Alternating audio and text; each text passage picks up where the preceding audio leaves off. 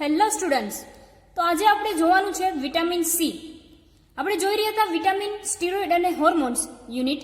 તો એ યુનિટમાં આપણે વિટામિન એ જે છે એ કમ્પ્લીટ કર્યું. વિટામિન એને રેટિનોલ તરીકે પણ ઓળખવામાં આવે છે. એના પછી આપણે એનું કોન્સ્ટિટ્યુશન પ્રૂવ કર્યું અને લાસ્ટમાં એનું આપણે સિન્થેસિસ જોયું. તો આજે આપણે જોવાનું છે વિટામિન સી નું કોન્સ્ટિટ્યુશન. તો ચાલો સ્ટાર્ટ કરીએ વિટામિન સી નું કોન્સ્ટિટ્યુશન. વિટામિન સી ને એલ એસ્કોર્બિક એસિડ તરીકે પણ ઓળખવામાં આવે છે, હેક્ઝ્યુરોનિક એસિડ તરીકે પણ ઓળખવામાં આવે છે અને એન્ટીસ્કોર્બિક એસિડ તરીકે પણ ઓળખવામાં આવે છે. ખાસ યાદ રાખજો સ્ટુડન્ટ્સ, જો તમને એક્ઝામમાં જુદા જુદા નામથી તમને પૂછાઈ શકે છે કે એલ એસ્કોર્બિક એસિડનું કોન્સ્ટિટ્યુશન એટલે કે બંધારણ સાબિત કરો, હેક્ઝ્યુરોનિક એસિડનું બંધારણ સાબિત કરો અથવા તો એન્ટીસ્કોર્બિક એસિડનું બંધારણ સાબિત કરો. તો આ બધાની અંદર તમારે વિટામિન સી જે છે એનું બંધારણ સાબિત કરવાનું રહેશે. તો જો અહીંયા જે છે એ છે વિટામિન સી નું બંધારણ કે જેમાં 1, 2, 3, 4, 5, 6 કાર્બન છે, બરોબર, અને એમાં એક ડબલ બોન્ડ આવેલો છે. એનું જે કોન્સ્ટિટ્યુશન છે, બંધારણ જે છે એ આપણે આગળ પ્રૂવ કરશું. તો હવે જોઈએ સ્ત્રોત, સોર્સિસ, કે વિટામિન સી જે છે એ આપણને શેમાંથી મળશે. એક તો લીંબુ, નારંગી જેવા ખાટા ફળોમાંથી તેમજ કોબીજ, ટમેટા જેવા શાકભાજીમાંથી આપણને વિટામિન સી મળી આવે છે. સોર્સિસ શું છે વિટામિન સી નો? લીંબુ અને નારંગી જેવા ખાટા ફળોમાંથી તેમજ કોબીજ, ટમેટા જેવા શાકભાજીમાંથી આપણને વિટામિન સી મળી આવે છે. એના પછી છે ઉણપ, કે વિટામિન સી ની ઉણપથી સ્કર્વી નામનો રોગ થાય છે તેમજ પેઢા નબળા પડે છે, તેના ઉપર સોજો આવે છે અને તેમાંથી લોહી નીકળવું એની જેવા દાંતના રોગો થાય છે. ખાસ યાદ રાખજો, વિટામિન સી ને ઉણપથી તો સ્કર્વી નામનો રોગ થાય છે, તેમાં પેઢા નબળા પડે છે અને દાંત રિલેટેડ જે કાંઈ પણ ડિઝીઝ છે એ બધા થાય છે. સોજો આવવો, લોહી નીકળવું દાંતમાંથી, આ બધા જે ડિઝીઝ છે એ વિટામિન સી ની ઉણપથી થાય છે. તો ચાલો સ્ટુડન્ટ્સ, હવે આપણે સ્ટાર્ટ કરીએ વિટામિન સી નું બંધારણ સાબિત કરતા પુરાવાઓ. એમાં સૌથી પહેલા એનું છે મોલેક્યુલર ફોર્મ્યુલા. વિટામિન સી ની મોલેક્યુલર ફોર્મ્યુલા છે C6H8O6. તો જોઈએ આપણે અહીંયા કાર્બન 1, 2, 3, 4, 5 અને 6 કાર્બન છે. હવે આપણે હાઇડ્રોજન જોવાના છે. હાઇડ્રોજન અહીંયા 2 છે, અહીંયા 3, 4, 5, 6, 7 અને 8. હવે એવી જ રીતે આપણે જોવાનું છે ઓક્સિજન. કેટલા હશે? 6. 1, 2, 3, 4, અહીંયા 5 અને અહીંયા છે 6. તો આ રીતે ટોટલ 6 કાર્બન, 8 હાઇડ્રોજન અને ઓક્સિજન પણ 6 આવેલા છે. નેક્સ્ટ પોઈન્ટ છે વિટામિન સી નું ઓઝોન વડે રિએક્શન કરીએ તો મોનો ઓઝોનાઇડ ડેરિવેટિવ બનાવે છે. જ્યારે આપણે વિટામિન સી નું ઓઝોન એટલે કે O3 સાથે રિએક્શન કરાવીએ ત્યારે આપણને મોનોઓઝાઇડ ડેરિવેટિવ બનાવે છે. આ જે મોનોઓઝાઇડ ડેરિવેટિવ બને છે એના ઉપરથી આપણે એવું કહી શકીએ કે વિટામિન સીમાં એક ડબલ બોન્ડ આવેલો હશે. જો ડબલ બોન્ડ આવેલો હશે તો જ તે વિટામિન સીનું શું કરી શકશે? મોનોઓઝાઇડ ડેરિવેટિવમાં કન્વર્ઝન. બરોબર. ફર્સ્ટ પોઈન્ટ શું છે? એની molecular formula C6H8O6. Second point છે વિટામિન સી નું ઓઝોન સાથે રિએક્શન કરાવીએ તો મોનોઓઝોનાઇડ ડેરિવેટિવ બને છે. આ મોનોઓઝોનાઇડ જે ડેરિવેટિવ બને છે એ શું દર્શાવે છે? કે વિટામિન સીમાં એક દ્વિબંધ એટલે કે ડબલ બોન્ડ આવેલો છે. નેક્સ્ટ પોઈન્ટ છે કે જે વિટામિન સી છે એને રિલેટેડ છે, એમાં સબ પોઈન્ટ છે વિટામિન સી પ્રબળ રિડક્શન કરતા તરીકે વર્તે છે. જો વિટામિન સી પ્રબળ રિડક્શન કરતા તરીકે વર્તે, રિડક્શન કરતા એટલે શું? તો કે એનું શું થશે? ઓક્સિડેશન થશે. એટલે વિટામિન સી એક તો પ્રબળ રિડક્શન કરતા પદાર્થ છે. સેકન્ડ પોઈન્ટ છે વિટામિન સી ની ફિનાઇલ હાઇડ્રેઝિન એટલે કે C6H5NH2. આને કહેવાય ફિનાઇલ હાઇડ્રેઝિન. જો તમને ફક્ત હાઇડ્રેઝિન પૂછ્યું હોય, હાઇડ્રેઝિન, તો તમારે એનું સૂત્ર થશે NH2NH2. પરંતુ અહીંયા તમને કીધું છે ફિનાઇલ હાઇડ્રેઝિન એટલે શું આવશે? C6H5NH2. વિટામિન સીની ફિનાઇલ હાઇડ્રેઝન સાથે રિએક્શન કરીએ તો ફિનાઇલ હાઇડ્રેઝોન બનાવે છે. ફર્સ્ટ પોઈન્ટ શું હતું થર્ડ પોઈન્ટની અંદર? વિટામિન સી પ્રબળ ઓક્સિડેશન કરતા છે, રિડક્શન કરતા છે. સેકન્ડ પોઈન્ટ, વિટામિન સીની ફિનાઇલ હાઇડ્રેઝન સાથે રિએક્શન કરાવીએ તો ફિનાઇલ હાઇડ્રેઝોન મળે છે. થર્ડ પોઈન્ટ છે FeCl3 એટલે કે ફેરિક ક્લોરાઇડ સાથે વિટામિન સી ઘેરો જાંબલી રંગ આપે છે, જે દર્શાવે છે કે વિટામિન સીમાં કીટોઇનોલ સિસ્ટમ આવેલી છે. ખાસ આ પોઈન્ટ યાદ રાખજો સ્ટુડન્ટ્સ. શું છે કે જ્યારે વિટામિન સીની FeCl3 સાથે રિએક્શન કરાવીએ છીએ ફેરિક ક્લોરાઇડ સાથે, ત્યારે તે ઘેરો જાંબલી રંગ આપે છે.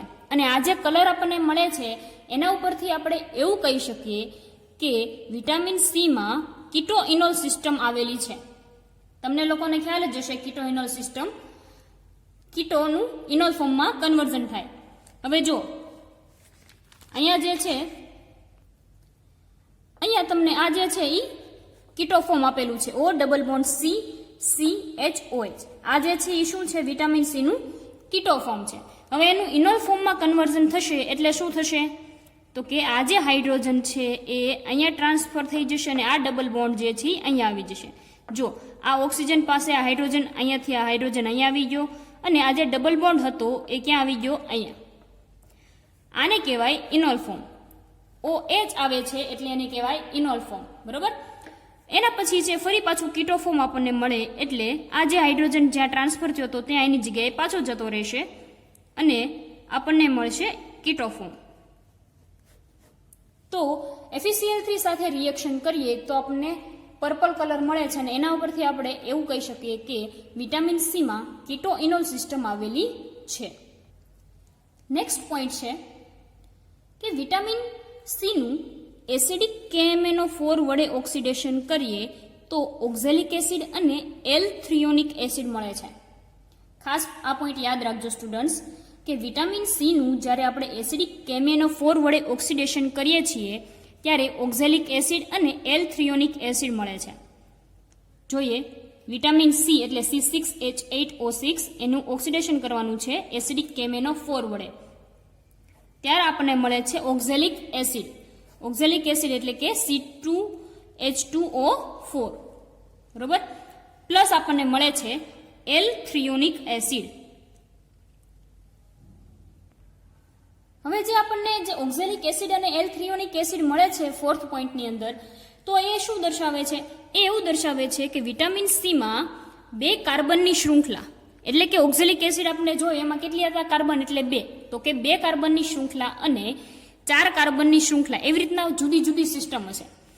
આ 2 કાર્બનની શૃંખલા છે એ કેના ઉપરથી નક્કી થયું? તો કે ઓક્ઝેલિક એસિડ આપણને મળે છે એના ઉપરથી. અને 4 કાર્બન તો આપણે આગળ જોયું એ પ્રમાણે L-થ્રિયોનિક એસિડ ઉપરથી આપણે 4 કાર્બન વાળી શૃંખલા હશે એવું કહી શકીએ. અને તેના ઉપરથી કહી શકાય કે 2 કાર્બન અને 4 કાર્બન એકબીજા સાથે દ્વિબંધથી જોડાયેલો હોવો જોઈએ.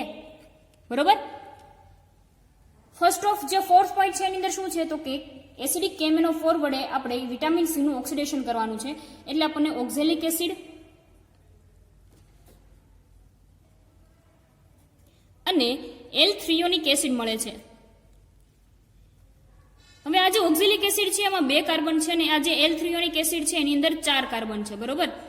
તો એની ઉપરથી 2 કાર્બનની અને 4 કાર્બનની એવી રીતના જુદી જુદી સિસ્ટમ હશે, પરંતુ આ જે બંને સિસ્ટમ છે એ એકબીજા સાથે ડબલ બોન્ડ દ્વારા જોડાયેલી હશે.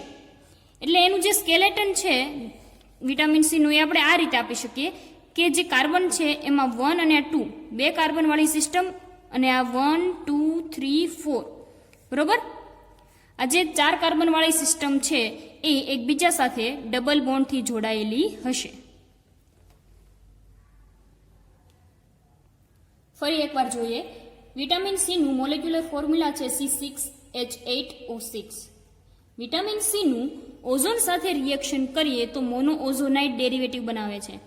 એના ઉપરથી એવું કહી શકીએ કે વિટામિન સીમાં એક ડબલ બોન્ડ આવેલો હોવો જોઈએ. થર્ડ પોઈન્ટ છે એ છે વિટામિન સી માટે કે વિટામિન સી એ સ્ટ્રોંગ રિડક્શન કરતા પદાર્થ છે. વિટામિન સીની ફિનાઇલ હાઇડ્રેઝન સાથે રિએક્શન કરાવીએ ત્યારે ફિનાઇલ હાઇડ્રેઝોન બનાવે છે. થર્ડ પોઈન્ટ છે FeCl3 સાથે વિટામિન સી ઘેરો જાંબલી રંગ આપે છે, જે એવું દર્શાવે છે કે વિટામિન સીમાં કેવી સિસ્ટમ છે, કીટો ઇનોલ સિસ્ટમ આવેલી છે. અહીંયા આપણે જોયું કઈ રીતે કીટોનું ઇનોલમાં અને ઇનોલમાંથી કીટોમાં કન્વર્ટ થાય છે. એના પછી જોવાનું હતું કે વિટામિન સીનું એસિડિક કેમેનોફોર વડે ઓક્સિડેશન કરીએ તો ઓક્ઝેલિક એસિડ અને એલ-થ્રીયોનિક એસિડ મળે છે. આના ઉપરથી એવું કહી શકાય કે વિટામિન સીમાં 2 કાર્બનવાળી અને 4 કાર્બનવાળી શૃંખલા આવેલી હશે અને એ બંને એકબીજા સાથે ડબલ બોન્ડ દ્વારા જોડાયેલી હશે.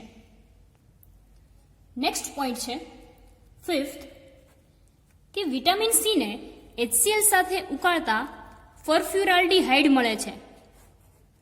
ફરફ્યુરાલ્ડીહાઇડ મળે છે જે દર્શાવે છે કે તેમાં ઓછામાં ઓછી 5 કાર્બનની એક સરળ મુક્ત શૃંખલા હોવી જોઈએ. સૌથી પહેલા શું કરવાનું છે કે વિટામિન સી C6H8O6 ની HCl સાથે આપણે રિએક્શન કરવાની છે, એટલે કે HCl સાથે તેને ઉકાળવાનું છે. તો આપણને ફરફ્યુરાલ્ડીહાઇડ મળે છે. તમને લોકોને સેમેસ્ટર 4 ની અંદર તમે લોકો ભણી જ ગયા છો કે ફ્યુરાન, બરોબર? જો આ રીતે ફક્ત આવેલું હોય તો એને શું કહેવાય? ફ્યુરાન. પરંતુ અહીંયા આલ્ડીહાઇડ ગ્રુપ છે એટલે એને કહેવાય ફરફ્યુરાલ્ડીહાઇડ.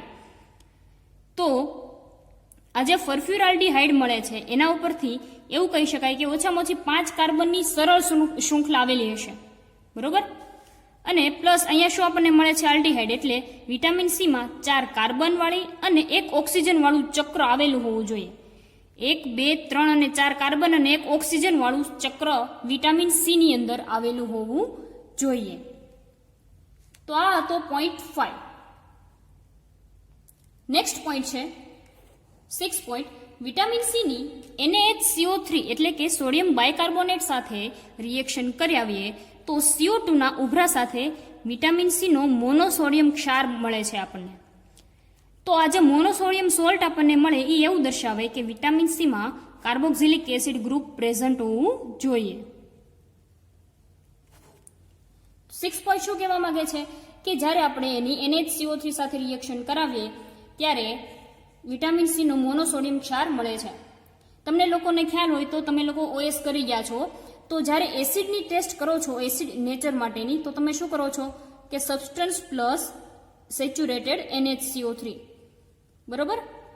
તો અહીંયા પણ આપણે તો અહીંયા શું થશે? ઉભરા સાથે તમારો જે સબસ્ટન્સ છે એ ડિઝોલ્વ થઈ જશે. તો અહીંયા પણ એ જ કરવાનું છે. સબસ્ટન્સ એટલે અહીંયા શું લેવાનું છે આપણે? Vitamin C. એની NaCO3 સાથે રિએક્શન કરાવીએ છીએ તો CO2 ના ઉભરા સાથે એનો મોનોસોડિયમ સોલ્ટ મળે છે. એટલે વિટામિન સીમાં એસિડ ગ્રુપ જે છે એટલે કે કાર્બોક્સિલિક એસિડ ગ્રુપ પ્રેઝન્ટ છે, આવેલું હોવું જોઈએ. તો સ્ટુડન્ટ્સ આપણે ફરી એકવાર 1 to 6 પોઈન્ટની રિવિઝન કરી લઈએ. First point molecular formula C6H8O6. Vitamin C નું સેકન્ડ પોઈન્ટ ઓઝોન સાથે રિએક્શન કરતા મોનો ઓઝોનાઇડ ડેરિવેટિવ બને છે, એટલે જે દર્શાવે છે કે વિટામિન સીમાં એક ડબલ બોન્ડ હશે. તમને એક્ઝામમાં સ્ટુડન્ટ્સ અથવા વિટામિન સી અથવા તો વિટામિન એ 100% એક્ઝામમાં પૂછાય જ છે. એટલે બંને જે વિટામિન છે એ કરી નાખવાના છે અને ઇઝી છે બંને વિટામિન્સ. નેક્સ્ટ પોઈન્ટ જોઈએ થર્ડ. વિટામિન સી પ્રબળ રિડક્શન કરતા છે. વિટામિન સી ની ફિનાઇલ હાઇડ્રેઝિન સાથે રિએક્શન કરાવીએ તો ફિનાઇલ હાઇડ્રેઝન મળે છે. FeCl3 સાથે વિટામિન સી ની રિએક્શન કરાવતા ઘેરો જાંબલી રંગ મળે છે, જે એવું દર્શાવે છે કે વિટામિન સીમાં કીટો ઇનોલ સિસ્ટમ આવેલી છે. કીટો ફોર્મ, ઇનોલ ફોર્મ અને કીટો ફોર્મ. નેક્સ્ટ છે કે વિટામિન સી નું એસિડિક કેમેનોફોર વડે ઓક્સિડેશન કરીએ તો ઓક્ઝેલિક એસિડ અને એલ-થ્રીયોનિક એસિડ મળે છે. વિટામિન સી નું એસિડિક કેમેનોફોર વડે ઓક્સિડેશન કરીએ તો ઓક્ઝેલિક એસિડ અને એલ-થ્રીયોનિક એસિડ મળે છે. ઓક્ઝેલિક એસિડમાં 2 કાર્બન છે, જ્યારે એલ-થ્રીયોનિક એસિડમાં 1, 2, 3 અને 4 કાર્બન આવેલા છે, બરોબર? તો આ જે બંને એટલે કે 2 કાર્બનવાળી અને 4 કાર્બનવાળી સિસ્ટમ વિટામિન સીની અંદર હશે, જે એકબીજા સાથે ડબલ બોન્ડથી જોડાયેલી હશે.